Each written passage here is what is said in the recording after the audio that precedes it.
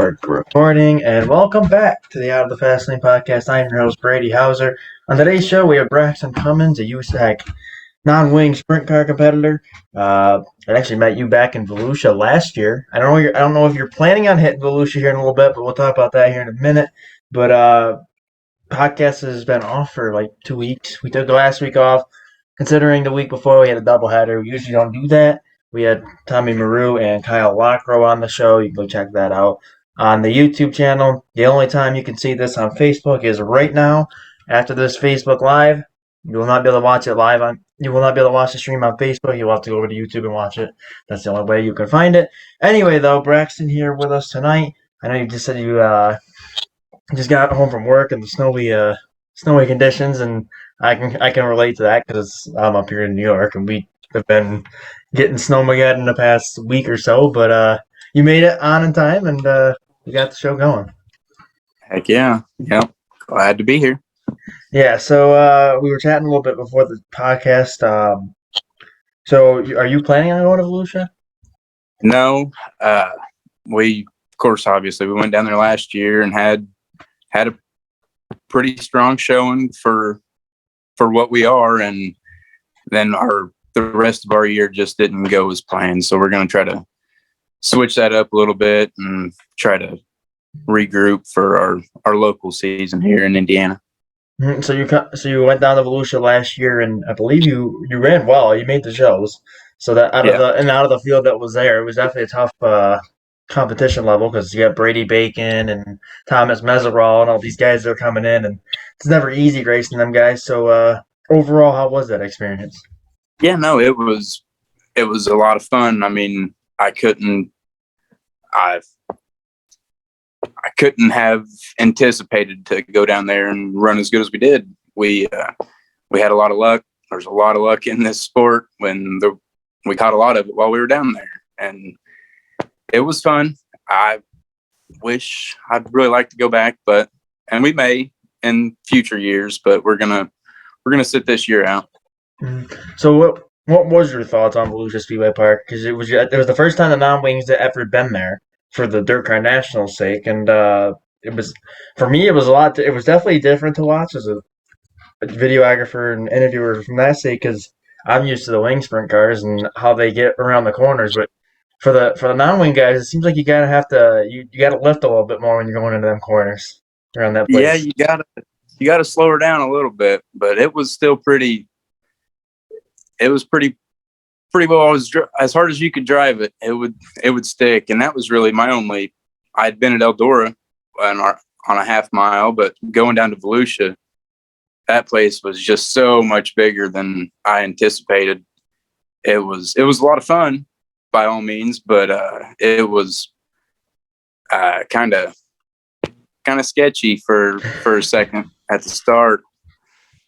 Oh, I can only imagine. I mean, all you guys going into turn one, and everybody, because and another thing, when I first saw the non-wings and they're coming back, which sadly you're not going to be there this year, but they will be back at Volusia Speedway Park. I'll be there in 11 days, I believe.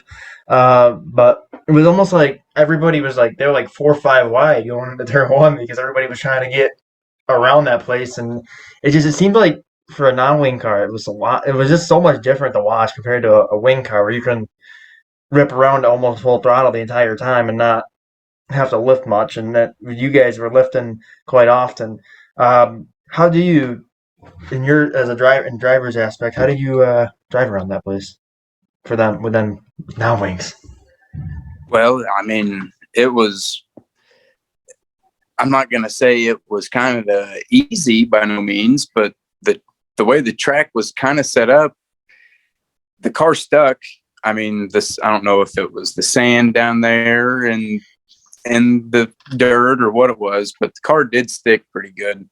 I think our biggest getting woed up point was just how abrupt turn one come. I mean, you got quite a bit of speed going down through there, and of course, in a wing car, I've never drove one, but there's quite a bit of downforce to just kind of suck you through there. So we kind of had to roll out of the throttle a little bit to make the car turn, but I'd say for the most part, Bacon and those guys, they probably weren't lifting they weren't lifting too much. A little easier to do when you have a couple more cars back at the trailer, but still, nonetheless, it was fast for sure. The world's fastest half mile. I mean, it lives to the name. I will say, anybody that is watching, if you have a question for Braxton, you go feel free to put that in the chat. I'll read those off in just a little bit. This podcast, of course, sponsored by Parks Companies LLC and Swagger Factory Apparel. I got the shirts on right now. They make crew shirts, fire suits, racing shoes, helmets. They have a graphics guy that do helmets, I'm pretty sure, and more. And they'll actually be bringing me some new shirts here soon as well, so that's exciting before I go to Volusia. So I'll have some new merchandise for that. But so we're getting ready for 2023. Your season's about to start here soon. But we're currently in the off season. How's the off season been for you so far? It's been pretty laid back. We got with DRC and got a new car coming. I'm not going to get that till really about the time I should be in Florida, right? About the middle of February. So, which still gives me plenty of time to get it done, but don't have a whole lot to piddle with at the moment. So we just kind of got stuff cleaned up as we tore the other car apart. So most of it's kind of ready to go back together. Just waiting to get her back or get it. I've never had it. So So is this gonna be your second car? I'm assuming. The one I'm picking up from Joe will be my primary car and be my first DRC I've ever confidently sat in, and I've got a Spike as well. I'm gonna keep for a spare in case anything goes haywire. So are you still? You're still gonna have the 410 non-wing, correct? Yes, yeah, for sure. So are you planning to follow the tour for USAC this year a little bit? Just may hit them whenever they come into town. I mean, obviously, like you said at the start here, I gotta work every day, so I can't miss all the time it takes to chase the tour. It would be fun to maybe hit majority of them one of these days, but just try to hit what I can when they come around here. Sprint week, I actually had a little boy last May about that time, so he kind of threw a little bit of wrench in my sprint week plans, but nonetheless, we'll try to hit all of the Indiana stuff with USAC anyways.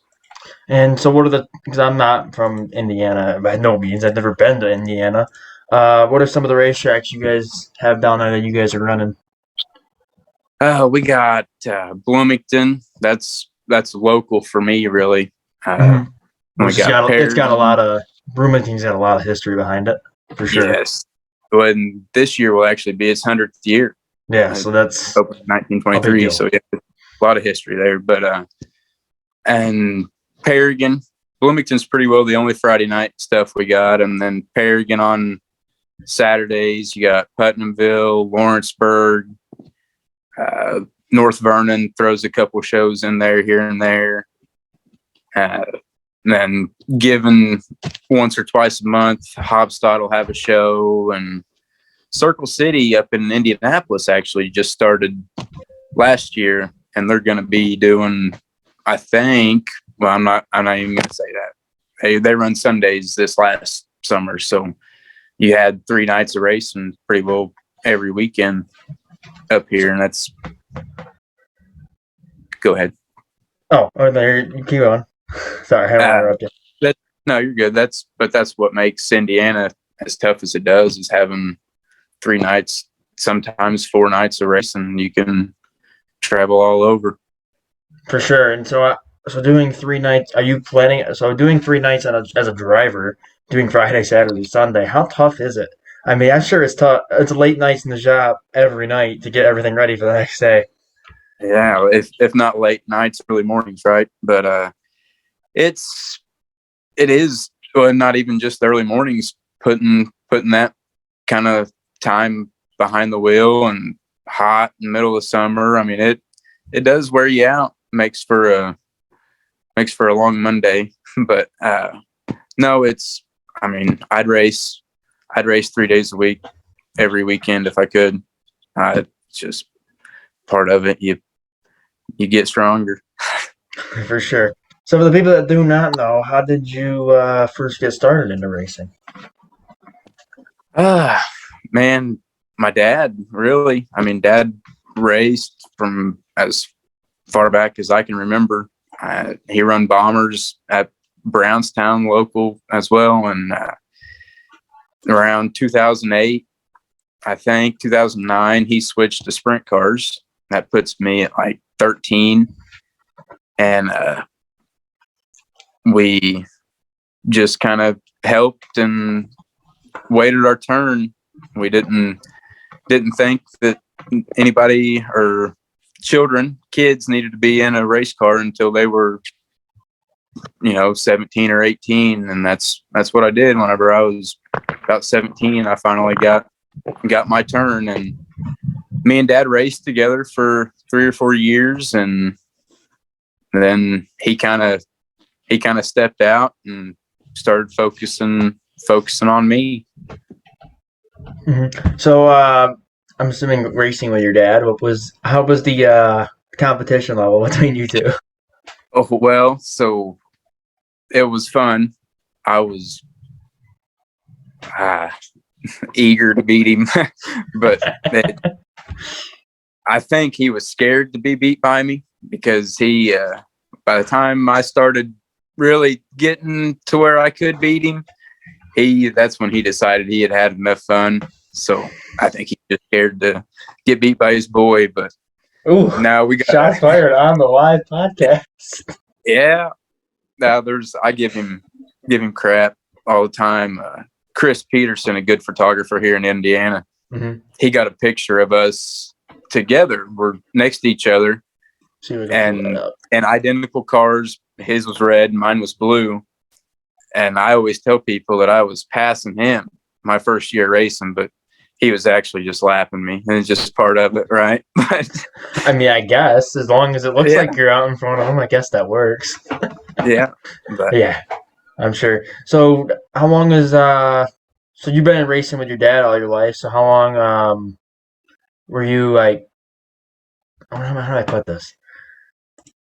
How long did it take for him to get you in a race car? When was he ready at first to have you in a race car, or is he like, oh, I want to keep racing? Well, that's turn. Yeah, it was kind of more wait my turn. I was ready. Of course, I raced go-karts for 2 or 3 summers, and I may have run 15 times during that span. But Dad was also racing the bomber, so he didn't want to miss me running, and then me be there by myself with Mom and Papa or whatever.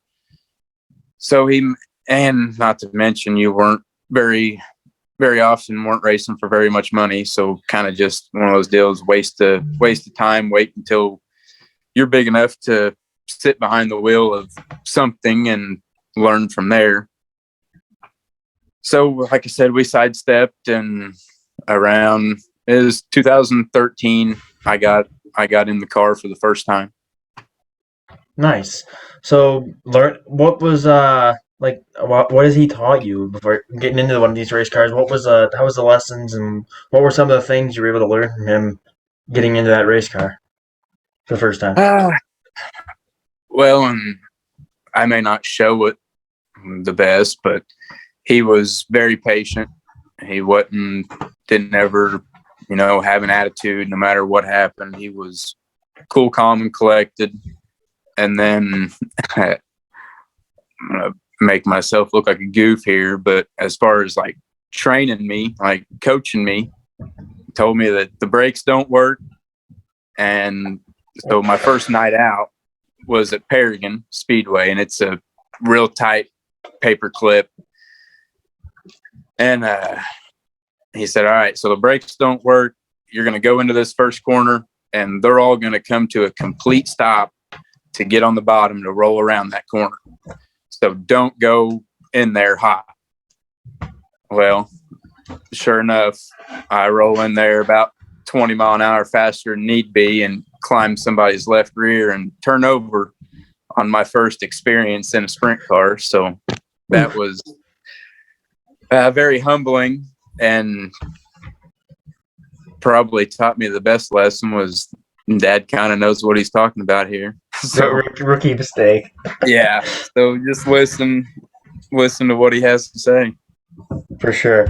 So where is home for you in 2023? I don't know. I'm not going to say we're going to focus on points or anything certain. I'd kind of thought about maybe running the MSCS stuff, which is just a step under USAC. Arguably, when the USAC isn't running, they're USAC fields, and but I don't know that I want to really commit myself to that between work and, like I said, having a baby. You never know. Want to do something with him one weekend and have to miss a race. So we'll be at Bloomington probably every weekend, and then it's kind of toss up. I like Lawrenceburg. That's probably one of my favorite tracks we got here in Indiana. So gorgeous track too.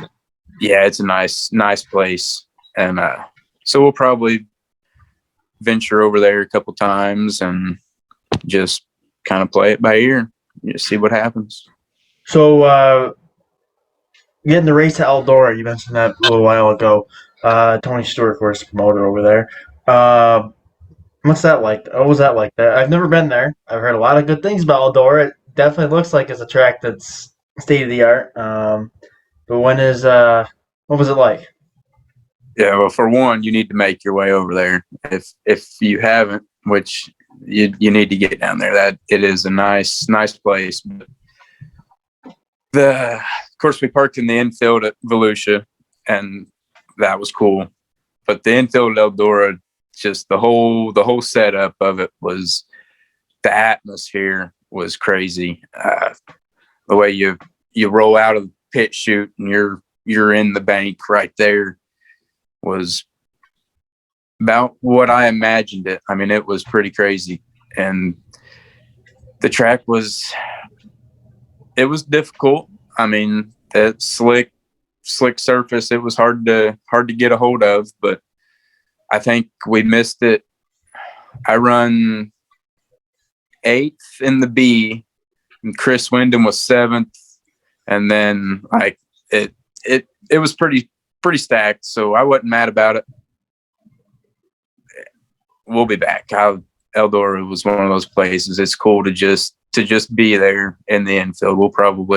I may try to make the spring show over there for the Let's Race 2 deal, because that place is fun. For sure. We have a live chat from Kimberly Woods in the chat. A question here: how old is Kaiser going to be before you put him in a race car?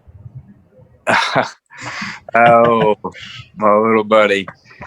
He'll probably, I don't know, if he starts walking before too long, we'll be talking about it, I'm sure. No. If he shows interest in it, as soon as I think he's legitimately ready to sit behind a steering wheel and have control of it, whether it be 6-7 years or 12, I mean, just have to see, but I'd like to get him in one as soon as possible. You're gonna, I would imagine, go-karts at first, right? Yeah, for sure. Bring him up to that rank, and then for sure. We're good. You can't just put a kid into a 4-ton non-wing sprint car, because we're not info for you. Well, and you never know. The sooner he gets started in go-karts, well, the sooner your father told you to stuff, and you went out and destroyed it your first night. So yeah. Well, unfortunately, and it took me, and I don't know if it's because of my first night or just the mentality I have, but you have to almost be willing to tear it up in order to run good. And that's how sprint car racing is in general. Yeah, you look at Donnie Schatz and Brad Sweet. those guys are balls to the wall. They're not lifting. They're okay with destroying their equipment. Yeah. I'm gonna tell you the wrong. And you have to be. I mean, it's like you said, you got to be balls to the walls for whether it be 25, 30, or however many laps you're on the track. You got to be wide open. So, for the people that don't know, what the difference between a non-wing and wing sprint car? What are the key differences from both? Because, like you said before, the non-wing sprint car, of course, with the wing, it brings the downforce. But what are some of the other key differences between the non-wing and the wing sprint car? You know, they got quite a bit more horsepower. I'd say they're probably another 100, 150 realistically. But then really the downforce, that's the wings just create that downforce, and that's about all the differences. I mean, I think like the World of Outlaws, I don't know if those guys can run adjustable shocks. We can adjust our shocks with the non-wing stuff. So though they're virtually the exact same cars. I mean, there ain't any difference to them. Just no top wing and front wing. Just no top wing. They got some different mounts on them. Like you can see there, my car don't have mounts on the top of it for the wing post, but those could easily be welded on there and switch to a wing car. Yeah. Oh, for sure. And so I gotta ask, is there any plans in the future to do a wing sprint car race? You know, like I said, I've got Joe building the DRC. I thought about having him put wing spuds on there.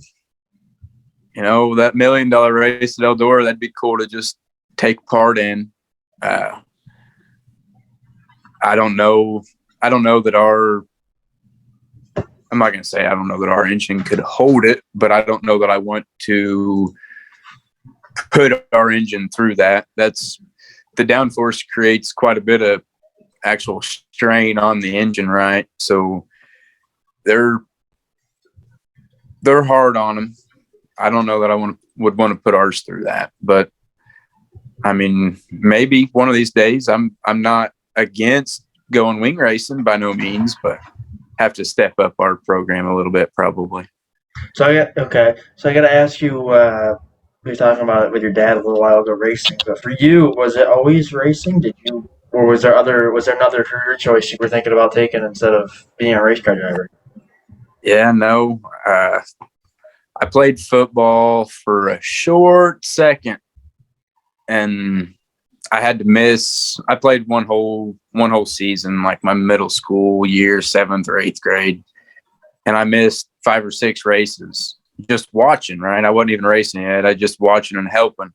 I was missing races, and I didn't like that. So you're in the same boat as me. Yeah, I decided that sports weren't for me, and I wanted to go watch cars. That is your sport. Yeah, that is my sport. That's what I told my the ball sports. That's what I tell my gym coach. Yeah. Well, there's ball. There's. Okay, right. How do I word this? I bring my balls to the table with this, right? there's no other balls. This is a little. Sorry, I maybe shouldn't have went there. Awkward. Oh, it's good. I don't think there's any kids watching it, though. I don't know, but it's okay. We're not gonna worry about. We're a PG platform, but sometimes it can get out of hand. Like, speaking of out of hand, Charlie Medford came on the show a couple weeks ago. He just split the gateway and had an interview of a lifetime, and that podcast went right off the wall right from the get go. He did his voice impressions and all that. And if anybody is watching this, you can go over to youtube.com/outofthefastlane on YouTube and go back and watch that podcast. Definitely one you don't want to miss. There's also a podcast on there with Johnny Gibson from the World of Outlaws Sprint Car Series, so you could also hear the voice of World of Outlaws talk to me as well. It's we are PG, but we can. I'm to that point in time where we're stepping it up a little bit more. We're not going to go too far, but we can, you know where I'm going with this. But so here's a couple questions I like to ask, and a lot of it makes drivers think of it. Really, when I ask everybody, they barely get stumbled. Um, so here's the first one. I like to ask these on the podcast all the time. If you could race against a driver, past or present, who would it be? It can be anybody. Who would it be? What car are we racing? And what track are we racing at? Oh, that's a tough one. Of course, growing up here in Indiana, Smoke Stewart was my idol, and then whenever I got a little bit older, I kind of turned towards Steve Kinzer, obviously, but it's probably a toss up between those two, and I'd probably throw my old man back into it just to, now that I've got a couple more years on my belt. Let's see what you got, Pops. But no, I'd probably say Stewart. Stewart would probably be my go-to there. And what car and track? What car are we racing and where are we racing? I think I'd probably have best chance at beating him at Paragon in sprint cars, non-wing. And I want to beat him, so I ain't going to take him somewhere that he's probably. Okay, so Tony Stewart in non-wing sprint cars at Paragon. For me, it would be, there's a couple of them here. It'd be Kyle Larson in a wing sprint car in Knoxville. I'd love to do that. That'd be fun. Or it would be Dale Sr. and I would say that not this gen of NASCAR, because I'm not the next gen car, but the gen before it, the one that we just had before the next gen at Talladega, because he made Talladega his home, and I think that'd be pretty fun to Bristol draft with him. Bristol Dirt with Earnhardt. Bristol Dirt would be fun with Earnhardt. Oh, I wonder what Earnhardt would think of. I wonder what Earnhardt thinks of Bristol Dirt up there. I agree. Earnhardt probably would be fun at Bristol Dirt. I don't know. He was kind of back, as everybody knows, he was a little rough on the edges. He was okay with throwing doors and stuff. So I feel like he would fit right in well. That'd been right up our alley. Sliders all day from the Intimidator. For sure. Okay, here's the second question for you. This one's a little tougher than that one. I want to touch on the first one real quick. The Larson. I wouldn't want to get beat by Larson. That's why I didn't pick him. I'm a Larson fan, but I wouldn't want to get beat by him. Well, you go race that $1 million sprint car race, and I guarantee you. You got me there. Okay, so here's the second question. If there was a racing Mount Rushmore, who are the 4 names? Oh.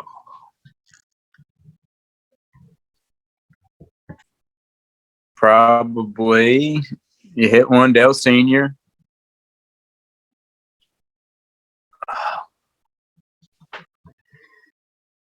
Stuff. Brian Clausen. Senior Clausen. Oh. Do they have to be passed? They don't have to be passed away, do they? Past or present. Yeah, I don't. Yeah, I'm gonna throw Larson up there. Larson. And probably I may get some hate from this, but Bloomquist, Scott Bloomquist was tough in his. I don't think you're going to get hate for that. He may be out of it a little bit. He's had some tough couple of years, but I'd say he'd be a good one up there with those 4. We got Dale Sr., Brian Clausen, Kyle Larson, and Scott Bloomquist. That's a stacked heat race right there, I tell you. For me, it is Dale Sr., of course. You got Brian Clausen, like you said, and I'm not trying to copy you here. Kyle Larson. And then my 4th one is Jason Johnson. God rest his soul. Same with Brian Clausen and Dale. I think Jason Johnson by far was a little underrated when it came to sprint car racing, but that guy could wheel a race car anywhere. Yeah, he was tough. For sure. And so we had Johnny Gibson on the show, and here's another one. Here's some more thoughts for you. And this was kind of interesting to hear Johnny say. He said Brad Sweet or Donnie Schatz was more dominant than Brad Sweet, which was pretty crazy for him to say on the podcast. He said Brad Sweet the Kinzer brothers, Steve and Mark. Mark, yeah. Mark, make sure I get it right. And then Doug Wolfgang. So he was he stayed in the 410 racing, but I can agree with you there. Bloomquist. And, he did choose wheat over shots. No, he chose shots over sweet. He chose shots. He said sweet. He says Sweet and Larson are working on it. They're working to get there, but he said shots. So it was pretty interesting to hear him say that. I think Shots has just been doing it longer, right? So Josh Lane in chat said, "Oh, that's interesting." Okay, so he said AJ Foyt, John Force. This is a dragster. That's a dragster. Yeah, right. Oh, wow. I can see what you're doing right now. AJ Foyt, John Force, Dale Earnhardt, Steve Kinzer. That's a pretty solid one, for sure. Yeah. So that's the fun questions I have there. I love asking those for sure. So we're racing. You said you're gonna race here and there, pick and choose kind of your shows this year. What is your overall goal for 2023? I'd like to put a couple wins under the belt, right? Like I said, not really points racing, so don't really have no championship goals or anything there. But we were close. I think I had 2 or 3 seconds in 2023 or 2022, and kind of with a short year. So hopefully we can gain another position there and start maybe turning some heads here. For sure. Last call for anybody in chat to ask a question as we're closing in on probably close to the 40-minute mark. I don't want to keep you here all night because I know you said you just got home from work. I'm sure you probably got stuff you want to go do. So, again, I appreciate you coming on the show here tonight. Best of luck to you at 2023. Before we go, is there anything you want to know about the podcast or me, by any chance? I mean, do you have any plans on coming to Indiana or even Eldora this year? I mean, Sprint Week in Indiana, I don't think I've been here for that either. It's tough because I'm still a senior in high school. Once I graduate, and then we'll see if I get any offers as a job because it's debatable. I could get offered a job right out of high school. We'll have to wait and see. I would like to get down to Indiana. There's a couple tracks down there I'd like to see, including and if I might make an idiot out of myself if this is wrong. I believe isn't Kokomo down there? Yep. Okay, because that's one of the tracks I want to see. And I thought I was thinking for a second, is it Indiana or is it another track? But yeah, Kokomo is definitely a track I want to go see, and so maybe one day down the road we'll see what's going on, and maybe I'll make my way down there to Indiana. Heck yeah, for sure. For sure.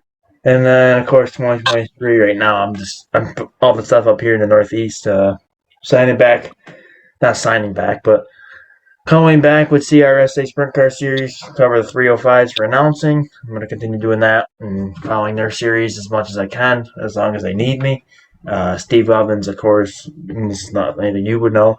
Steve Evans, that already all my local people know, he is the announcer of the CRSA Sprint Car Series, but Steve lives up in Canandaigua, which is a nice 4-hour ride back here to where I'm from, down by Fonda. So if Steve can't make it to a show, he definitely calls me up, and I look forward to working with him again this year, and Mike Emhoff, of course.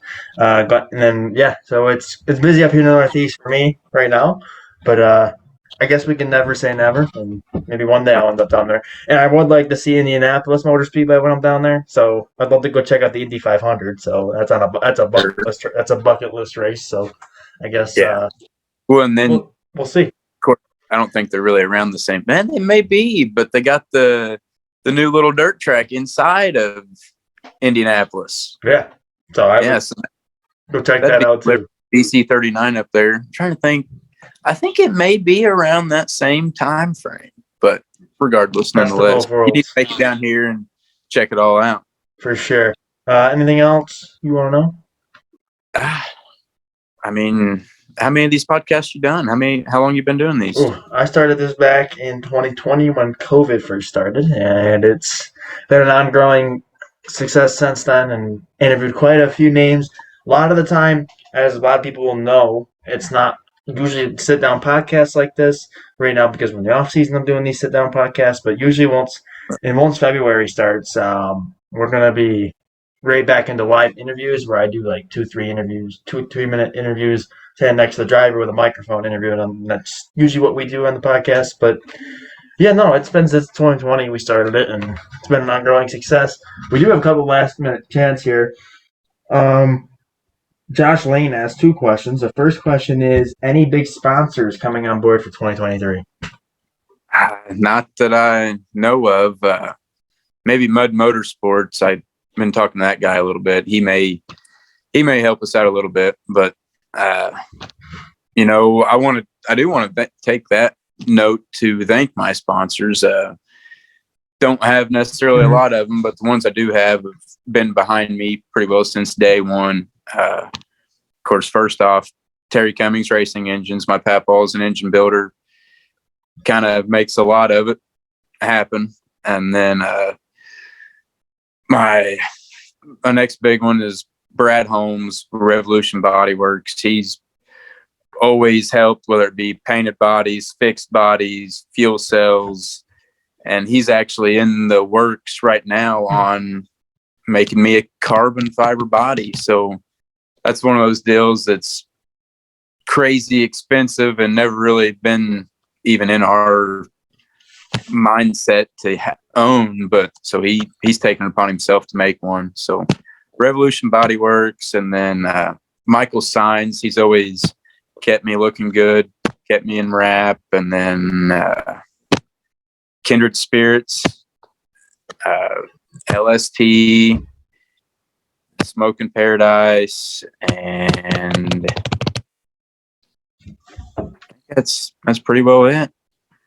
Sounds like you got a little bit of a backing there behind you. That's awesome. Yeah. The second question from Josh is: rumor has it you may play with a Hornet this year. How much will you be playing in that division? None. So that was just kind of a deal that came about at the end of the year. My dad, who don't get near enough thanks in all of this operation, he's all the behind the scenes, especially like you said. I got home at 8:00 tonight, and that's not just a winter thing, that's a summer thing too. So a lot of long nights in the garage by himself until I get here. So back to him, he traded a guy some engine work and labor on a Hornet that we are now proud owners of. And I did run it at the Fun Fest, but that'll be its only showings again this year. Will be the Enduro at the end of the year. So Enduro. Yeah, that was fun. I tell you what, 100 laps, no cautions. That was cars wrecking everywhere. Fun. Oh yeah, and it was just that. There's tires and bumpers and all kinds of stuff. So that was a lot of fun. But I'm not changing the nameplate on it. We're gonna stay in the 410 stuff there for sure. Yeah, the track one of the tracks I announce up here in the Northeastern on Sundays. We have a couple of Enduros a year.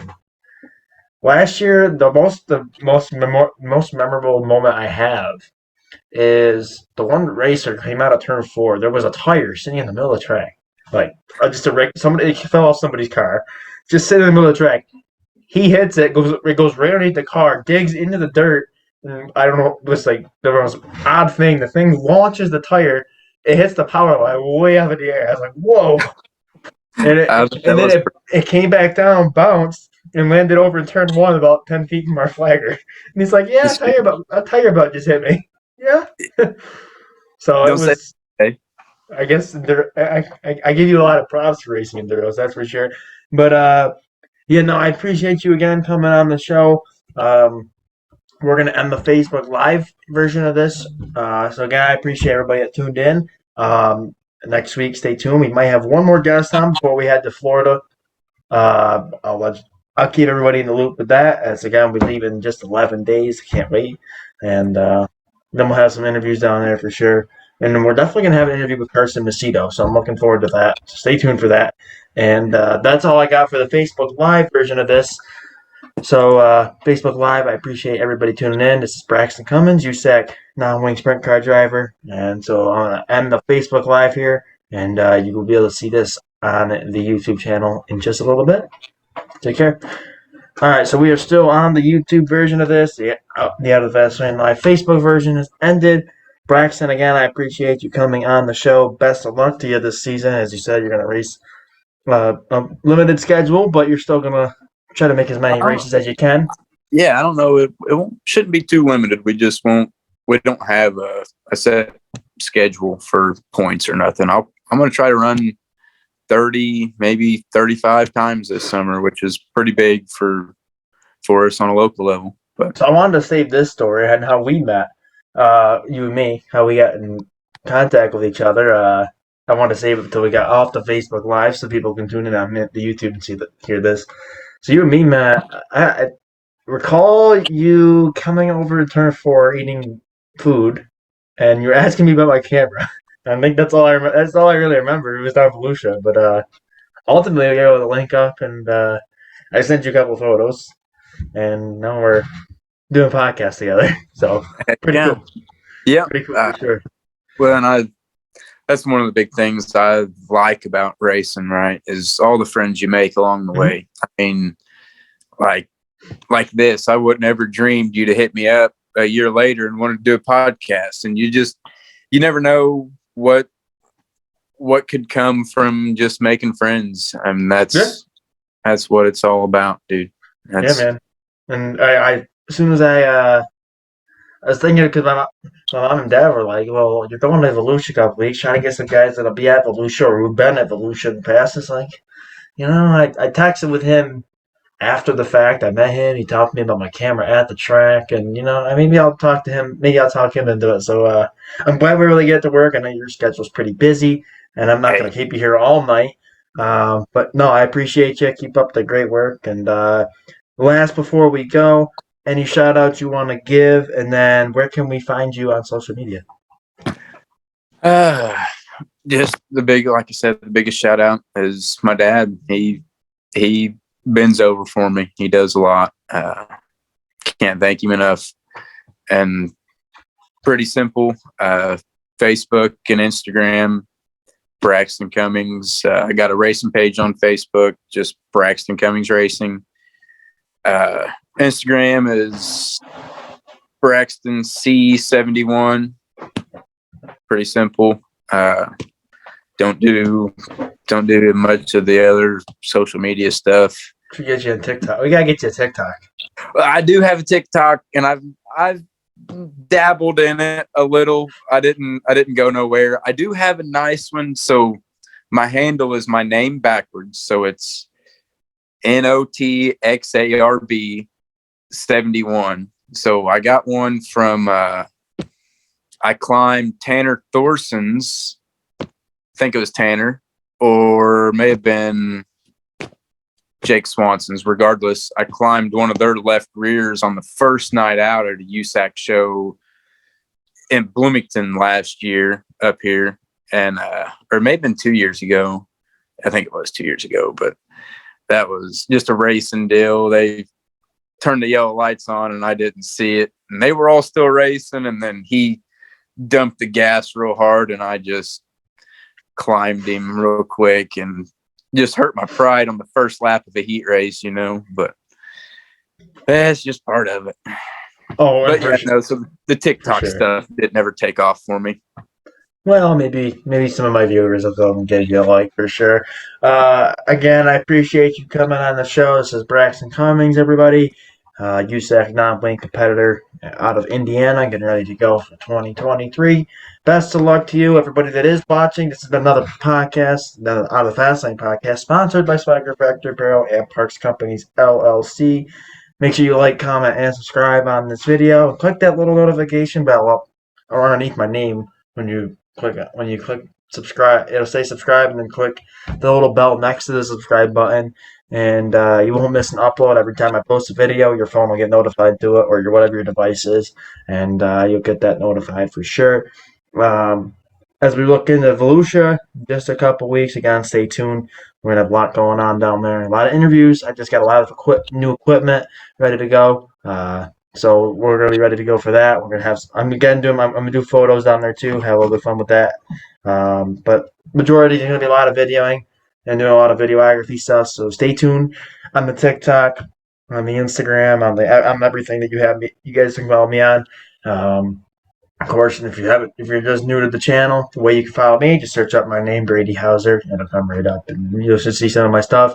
Or if not, there should be links on there, and if not, you can contact me personally, and I can get you links to the podcast or whatever that is.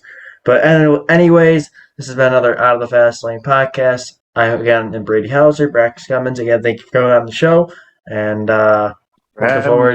looking forward to 2023 is it's just around the corner for me, Braxton, everybody. So stay tuned as we got a lot to come for sure.